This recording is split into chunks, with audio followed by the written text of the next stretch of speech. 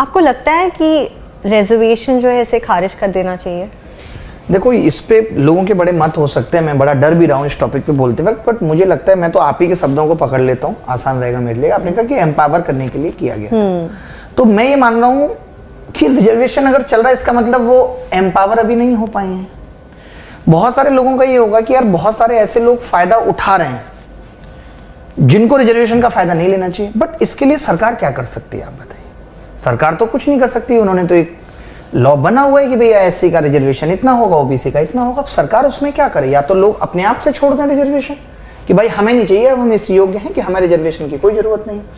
लेकिन हमारा कोर्ट ये कहता है कि देखिए 100 ऐसे लोगों को फायदा हो जाए जिनको फायदे की जरूरत नहीं थी, बट एक भी ऐसा इंसान नहीं छूटना चाहिए जिसको जरूरत थी और हम फायदा नहीं दे पाए। 99 ऐसे ही लोगों को रिजर्वेशन का फायदा हो जाए, बट जो एक जिसको नीड थी वो ना छूटे, तो उसके लिए तो रिजर्वेशन रखना पड़ेगा। अब बात आती है, जैसे आज मैं आपको बताऊं गवर्नमेंट एग्जाम में हालात ये हो गए कि जर्नल और ओबीसी की जो कट ऑफ है एग्जाम की वो अप्रॉक्स इक्वल आ गई है। पहले लोगों को बड़ी शिकायत होती थी, यार ओबीसी तो 112 नंबर कट ऑफ गई है, हमारी 150 गई है, हमें तो नहीं मिला रिजर्वेशन, उनके तो 112 नंबर वालों को हो गया। इसका मतलब वो कट ऑफ अगर कम हो रही है, वो गैप कम हो रहा है, इसका मतलब वो लोग एम्पावर हो रहे हैं।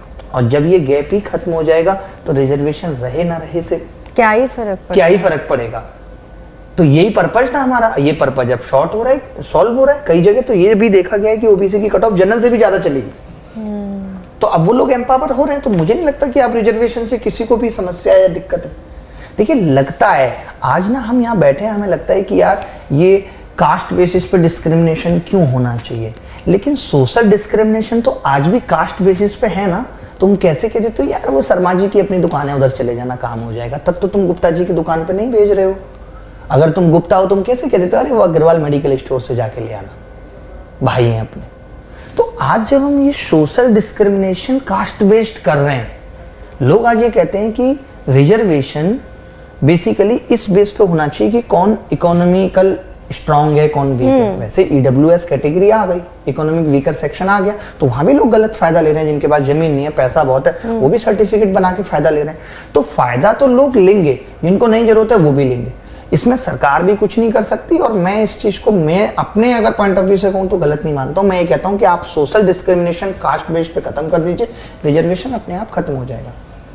आज भी हम लोग समाज में जात पात ये सब चीजें कर रहे हैं। आप देख लो हमारे देश में सबसे ज्यादा ये चीजें हो रही हैं, बहुत ज्यादा हो रही हैं। तब फिर आप कैसे ये कह रहे हो कि तब तो पैसे के बेस पे नहीं है, तब तो आपका शर्मा अगर गरीब भी है तो भी आपका अपना भाई है। वहां तो आप ये इकोनॉमिक बेस पे नहीं कर रहे हो डिस्क्रिमिनेशन, वहां तो कास्ट बेस पे ही हो रहा है। शादियां कास्ट बेस पे हो रही है, सब कुछ कास्ट बेस पे हो रहा है समाज में। रिजर्वेशन कास्ट बेस पे क्यों नहीं हो? तो मतलब मुझे तो मिला नहीं, खैर, बट मैं इस चीज को मतलब यही कहता हूँ कि जब हमने एम्पावर करने के लिए बनाया था, जब वो एम्पावर हो जाएंगे, लोग ये कह देते हैं अरे एम्पावर हो गए। जैसे बहुत सारे लोग यहाँ पे कमेंट भी करेंगे, अरे मेरे गांव में एक ऐसा वो है, उसको तो कोई रिजर्वेशन की जरूरत नहीं थी, उसके पापा भी आईएएस, मम्मी भी आईएएस, उसने फिर भी रिजर्वेशन ले ले। तो भैया, हम आपके उस गाँव की एक बच्चे के लिए रिजर्वेशन खत्म नहीं कर सकते।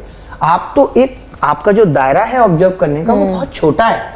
आप जाके तो देखिए भी और गांव में, हमने तो खुद देखा है, हम भले देखने में नहीं लग रहा होगा, बट उस जमाने के लोग हैं, जितना कास्टिज्म हमने देखा है जिसकी कोई हद नहीं है, हद से ज्यादा देखा है हमने। आपके वहां पर कास्टिज्म है? हम मतलब कास्टिज्म, मैं वही कह रहा हूँ ना कि जो हमारे किस तरीके का, मतलब आप देखते हैं? मैं ये बता रहा हूँ ना आपको कि हमारे उस टाइम पे ये जो वॉशरूम है, अब ये सब नहीं होता था मैडम। पखाना होता था जहां पे हम लोग पॉटी कर रहे हैं, और जो अदर कास्ट है, लोअर कास्ट है, वो पॉटी उठा के लेके जा रहे हैं हमारे। ये देखा है हमने। तो लोग मानेंगे नहीं कि यार आप उस जमाने के। हाँ भाई, आप हमारे गांव में जाके पता, कितने साल पुरानी ये बात सन 2003, 4, 5 की, आराम से 5, 6 तक हमने देखा, 7 तक हमने देखा ये चीज। 2007 कोई बहुत पुरानी बात नहीं है। और आज भी कूड़ा उठाने लोग आ रहे हैं। क्यों भाई, आप अपना कूड़ा क्यों नहीं उठा सकते? आज भी कूड़ा उठाने का कल्चर हमारे गाँव में आज भी है। तो वहां तो आप उस वक्त तो कास्टिज्म पे कोई बात नहीं कर रहे। उस वक्त तो लोग, हमारे यहाँ तो ये कल्चर है कि जो लोअर कास्ट है उनके, वो आपके यहाँ बैठेंगे नहीं कुर्सी पे, जमीन पे बैठेंगे। ये अभी भी प्रेवलेंट है। हाँ, अभी है।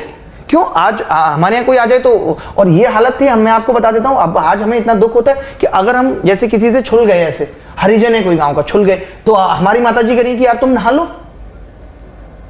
तब कहाँ चला गया था ये सिस्टम? तब हमने नहीं बात की थी कि वो लोग कितना झेल रहे हैं। आज समझ में आता है ये दर्द।